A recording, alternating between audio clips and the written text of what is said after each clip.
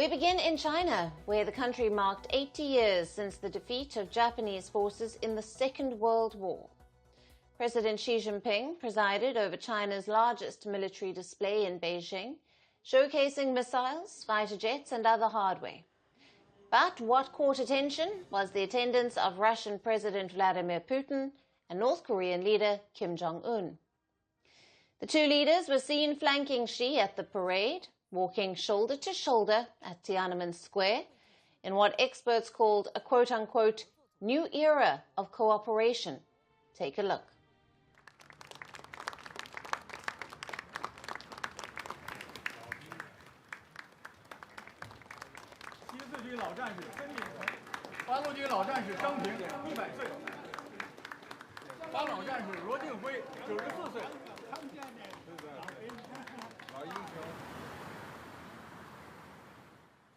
Now, China touted the parade as a show of unity, bringing together friendly leaders to send a message to the world.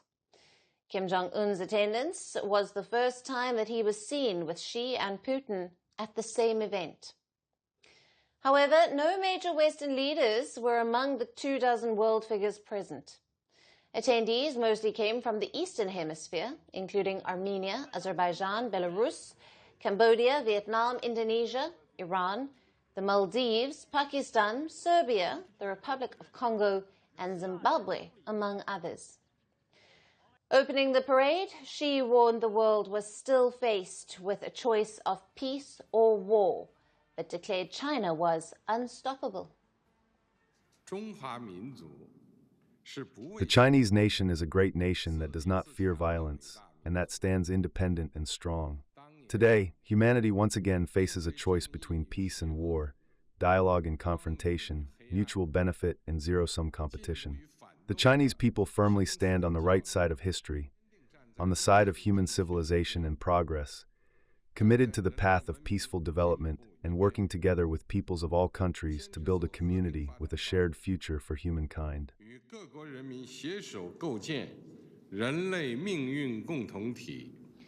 The event drew a sharp response from US President Donald Trump, who accused Xi, Putin and Kim of plotting against the US. In a post on his social media platform Truth Social, he also questioned whether Xi would mention the massive American support and blood that helped secure China's freedom. Trump's late-night post came hours after he earlier said that he did not see the parade as a challenge to the United States. The Kremlin responded to Trump on Wednesday, saying he was not conspiring with Xi and Kim against the United States. I would like to say that no one has been conspiring. No one has been plotting anything. No conspiracies. Moreover, no one of these three people even had such an idea.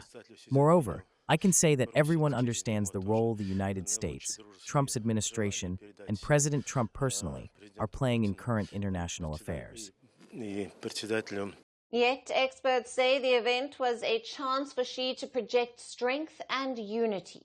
The parade capped a whirlwind week for Xi, who earlier this week hosted leaders from India, Russia, and Pakistan, among others, in Tianjin for the SCO summit, putting China front and center in regional relations. The 10-member SCO presents itself as a non-Western bloc and an alternative to traditional alliances. Powerful images from the summit showed Indian Prime Minister Narendra Modi walking hand-in-hand with Putin and Xi, while also holding bilaterals to strengthen ties. During the summit, Xi slammed quote-unquote bullying behavior, a veiled reference to the US, while Russia defended its Ukraine offensive, blaming the West. All this comes amid reports that Trump's foreign policy has diminished America's image as a reliable partner. His strategy, built on tariff pressure and quote-unquote America First nationalism, may now be reportedly backfiring. In mid-August, Trump met with Putin in Alaska, but there has been little progress toward ending the Ukraine war. He also floated a meeting with Kim Jong Un later this year, but instead the North Korean leader chose to visit China.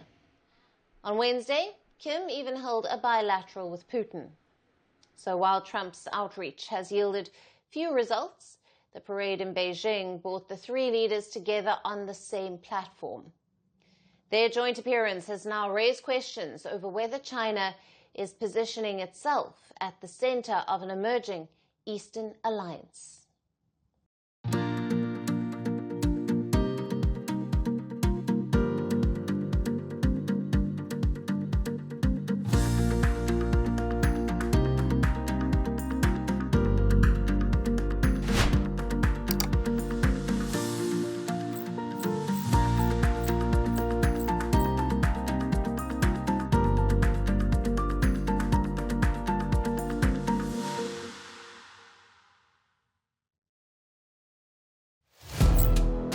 Firstpost now available in 9 languages on YouTube.